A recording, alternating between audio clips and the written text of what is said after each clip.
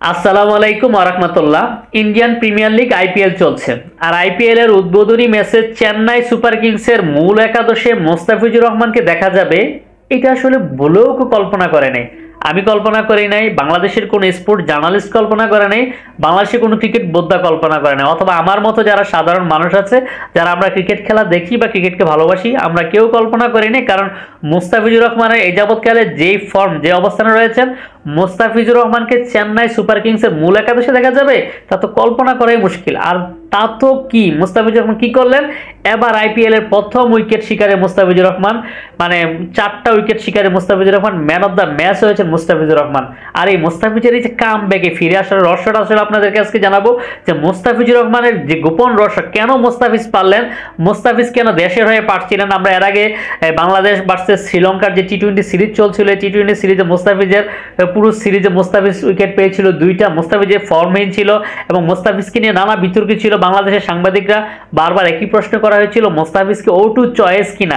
এই O2 চয়েসের মোস্তাফিজ, যে জায়গায় মোস্তাফিজ বাংলাদেশের মানে বাদের খাতারে চলে গেছে, আমরা যারা সাধারণ মানুষ আছি, যারা আমরা ক্রিকেট খেলা পছন্দ করি, তা আমরা বলছিলাম যে মোস্তাফিজ তো বাদের খাতারে চলে গেছে, মোস্তাফিজ হচ্ছে O2 চয়েস, মোস্তাফিজকে বাদ দেওয়ার একটা মানে কথা হচ্ছিল। সেই জায়গায় মোস্তাফিজ কিনা আইপিএলে গিয়ে তো বাজিমাত করলেন।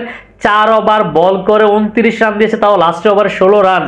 না হলে তো খেলাটা অন্যরকম হতে পারত। মুস্তাফিজ কিন্তু যদি লাস্ট ওভারে মানে ক্যাচগুলো হাফ চান্স ছিল, ক্যাচগুলো মিস না হতো, মোস্তাফিজ 5 কিংবা 6টা উইকেট শিকার হইতে পারতো এবার আইপিএল এর প্রথম ম্যাচে। তো এই জায়গায় মোস্তাফিজের যে কামব্যাক করা, এটা একটা গোপন রহস্য আছে, যে কেন দেশের হয়ে পারছেন না, ওইখানে কেন পারলেন আপনারা।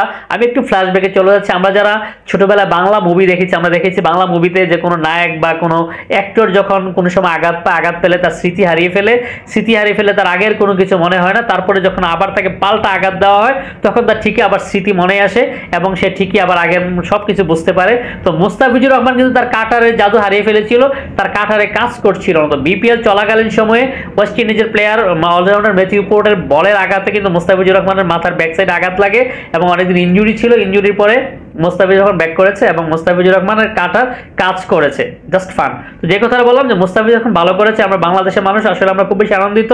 আমরা চাই মুস্তাফিজুর রহমান আইপিএল আরো বেশি বাজিমাত করুক, বাংলাদেশের মাথা উঁচু করুক এবং সে দেশের হয়ে কাজে লাগাবে, এই প্রত্যাশায় রেখে আজকের মতো বিদায় নিচ্ছি। আরেকদিন কথা হবে অন্য একটা ভিডিওতে। ভিডিওটা কেমন লাগলো অবশ্যই মন্তব্য করে জানাবেন, যদি ভালো লাগে শেয়ার করে দিবেন, আর আপনার কি মতামত এটাও জানাবেন। আজকের মতো বিদায় নিলাম। আসসালামু আলাইকুম ওয়া রাহমাতুল্লাহ।